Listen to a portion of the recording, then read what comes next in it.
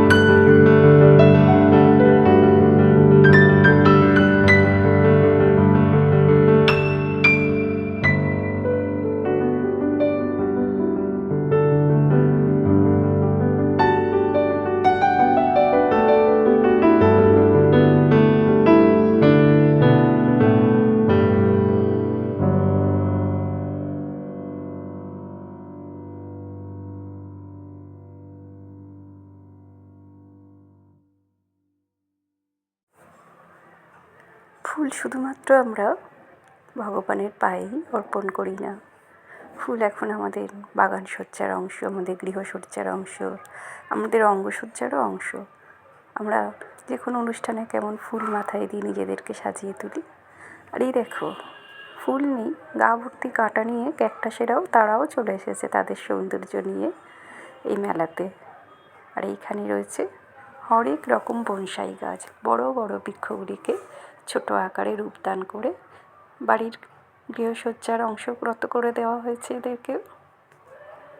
যদিও এই বনসাই ব্যাপারটা ভালো লাগে না, কারণ প্রত্যেকের তার নিজস্ব বৃদ্ধিতে সাহায্য করাই উচিত, সেটাই মনে করি। সে বৃদ্ধি ব্যাহত হলে মানুষ কিংবা গাছের তার প্রাণ থাকে না।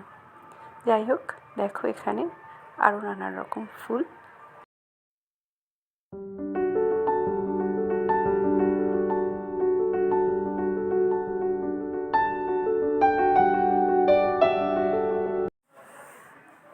ফুল দেখতে দেখতে প্রায় আমরা চলেই এসেছি। এখানে শুধুই ডালিয়া আর ডালিয়া।